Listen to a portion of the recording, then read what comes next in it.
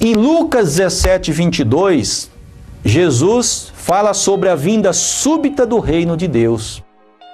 E Jesus disse aos seus discípulos: dias virão em que desejareis ver um dos dias do Filho do Homem e não o vereis. Aqui o Senhor Jesus disse um dos dias. Meus irmãos, se acontecesse da maneira como os bispos, os pastores, os padres ensinam, que o Senhor Jesus virá das nuvens de uma forma sobrenatural, num piscar e fechar de olhos, não seria nem mesmo um dia, seria apenas um momento. Mas aqui Jesus disse que seria muitos dias. Se fosse só um dia, meus irmãos, aqui o Senhor Jesus diria o seguinte: dias virão em que desejarei ver um dia do Filho do Homem e não vereis. Mas aqui Jesus disse um dos dias. Jesus disse que seria muitos dias e não o vereis o Filho do Homem. Por quê? Porque os cristãos estão esperando ele vir das nuvens. Quando Jesus veio há 2000 anos atrás, os judeus estavam olhando nas nuvens, esperando o profeta Elias vir, e não acreditaram em Jesus, porque João Batista negou, dizendo que o profeta Elias que haveria de vir não era ele, como o próprio Jesus confirmou, dizendo que o profeta Elias que haveria de vir era João Batista, escrito em Mateus capítulo 11, versículo 13 a 14. Portanto, essa expressão Filho do Homem, o Senhor Jesus está se referindo à segunda vinda do Messias. Vejamos agora em Lucas 18:8, Jesus novamente utiliza a expressão Filho do Homem. Contudo, quando vier o Filho do Homem, porventura achará fé na terra? Meus irmãos, esta passagem, Jesus está se referindo à segunda vinda do Messias. Lembra aquela passagem, João 16:12, quando Jesus disse: eu ainda tenho muito que dizer a vós, mas vós não podeis entender.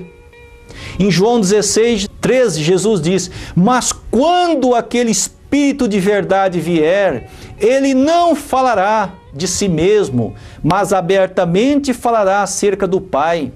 Em João 16:25, Jesus disse que ele não iria falar em termos figurados, nem em termos obscuros e nem em parábolas, mas abertamente e claramente acerca da providência de Deus.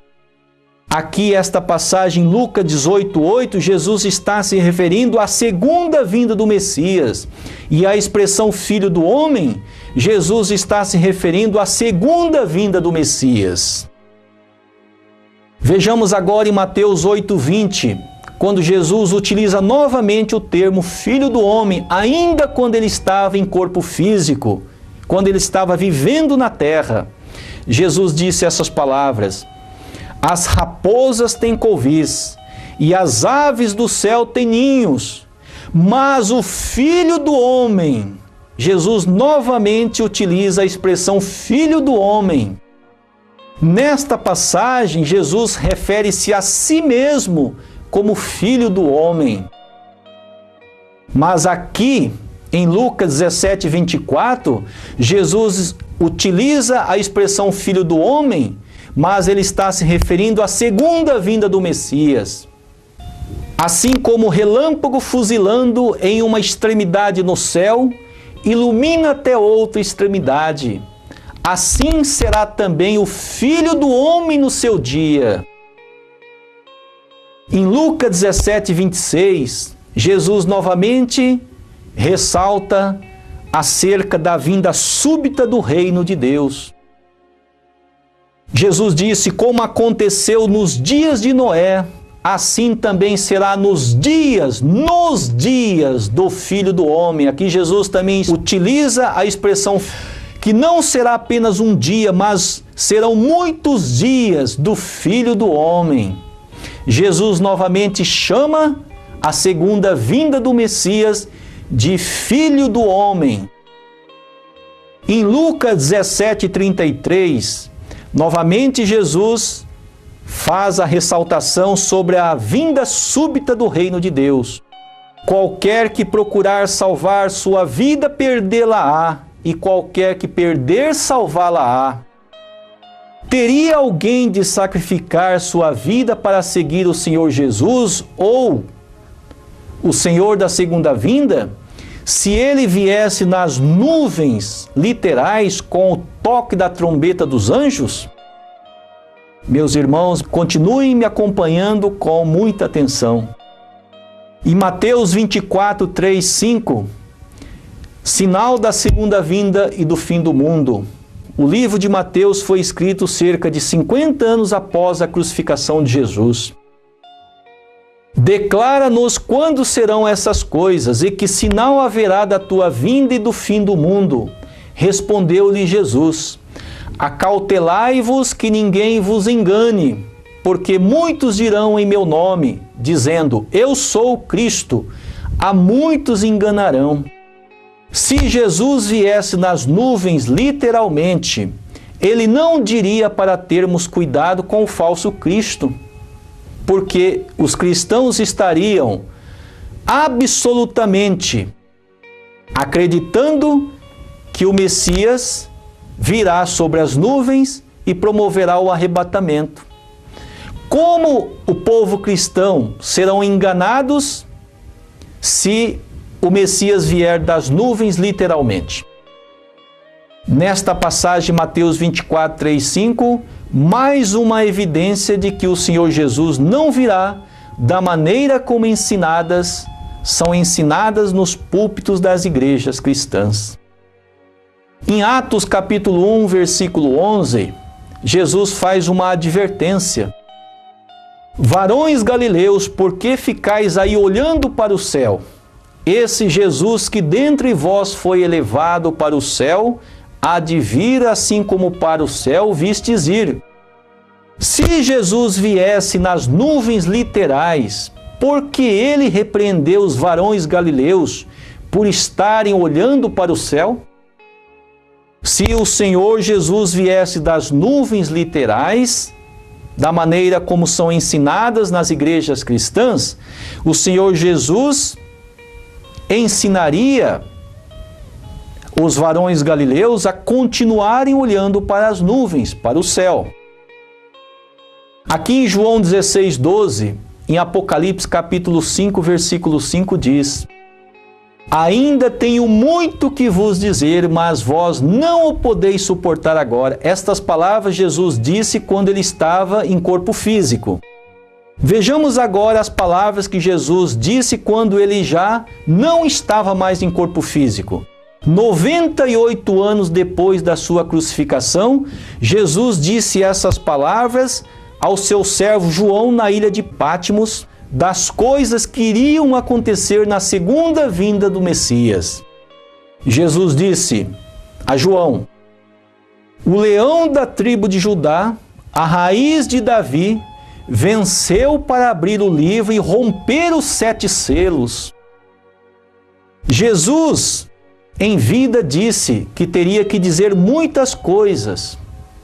E 98 anos depois de sua morte, revelou a João, na ilha de Patmos, que deveria abrir e romper os 7 selos. Como o Messias poderá abrir o livro selado com 7 selos? Ainda muitas coisas para dizer à humanidade, se ele vier literalmente sobre as nuvens do céu? Em Malaquias 3,6, em 1 Coríntios 14, 33, diz: Deus é imutável, e Deus não é de confusão, mas sim de paz. Em Lucas 19, 43, 44, e Mateus 23, Jesus condenou os líderes do judaísmo. E agora em Mateus capítulo 7, versículo 22 e 23, Jesus condena os líderes do cristianismo com as palavras obreiros da iniquidade. Em Malaquias 3,6, 1 Coríntios 14, 33, Deus é imutável e Deus não é de confusão. Portanto, meus irmãos, o retorno de Cristo não acontecerá da maneira como ensinam os líderes cristãos, porque contraria as profecias do próprio Senhor Jesus escrito no Apocalipse, e também contraria as leis naturais da criação. Lembremos que o Senhor Deus é imutável e não é um Deus de confusão, mas sim um Deus de paz. Façamos uma visão geral dos 3 pontos concernentes aos ensinamentos da Bíblia Sagrada e evidenciemos com os nossos próprios olhos a necessidade de uma urgente reforma nas igrejas cristãs. O primeiro ponto é o plano original de Deus. O segundo ponto é a queda humana, a origem do pecado original. E o terceiro ponto é a recuperação do plano original de Deus. O Senhor Deus deu à humanidade 3 grandes bênçãos, escrito em Gênesis capítulo 1, versículo 28. Crescei, multiplicai e dominai. Porém, devido à queda, estabeleceu-se um pseudo-fundamento de 4 posições. Um mundo contraditório, um mundo cheio de sofrimentos, porque a humanidade adquiriu a linhagem contraditória, estabeleceu um pseudo-fundamento de 4 posições. Por essa razão, como diz em Isaías 46:11, porque assim eu disse e assim acontecerá, porque eu determinei e também o realizarei. Por essa razão, o Senhor Deus envia o Messias, que vem com a linhagem de Deus, para resgatar a humanidade desse fundamento falso e levá-lo a estabelecer o plano original da criação, o plano original de Deus. Há 2000 anos o Senhor Jesus disse em Mateus 5,48 que é necessário que a humanidade, os seres humanos, atinjam a perfeição. Como diz em Gênesis 1:27, nós fomos criados conforme a imagem e semelhança de Deus. Nós somos os co-criadores, a imagem de Deus. Portanto, o Senhor Jesus disse que nós devemos atingir a perfeição.